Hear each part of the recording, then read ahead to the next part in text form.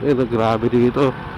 Uh, Kaya pag nagkamali ka rito, na outbalance ka, tapos may malaking truck, malaking trailer truck, bus, wala, yupi ka.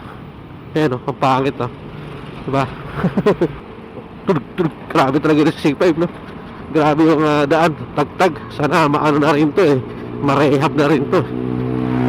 Ayan o, parang EDSA rin, grabe, sa tagtag. Ayun, diba? Putang ina. Diba?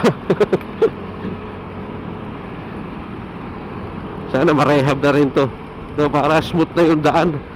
Kung ano ka na, yung traffic ka na nga, traffic na, sobrang traffic na, malubak pa, hindi na pantay, lubak na, tagtag na.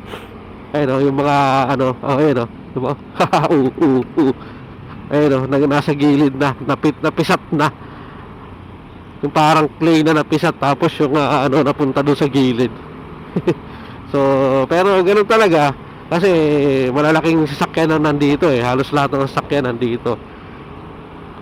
Kaya bibigay talaga yan. Siyempre pag naulanan pa yan, meron nga dyan eh, kakatapa lang eh, tapos umulan ng dalawang malakas, dalawang bagyong dumaan, naging lubak na ulit eh.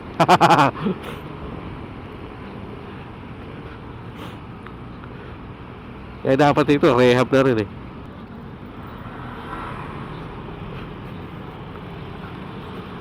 Grabe dito.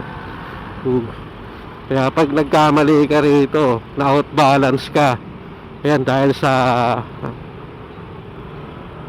lumba-lumba na ano yan, lumba-lumba na daan yan, tapos may malaking truck, malaking trailer truck, bus, wala, yupi ka. Ayan o, ang pangit o. Diba?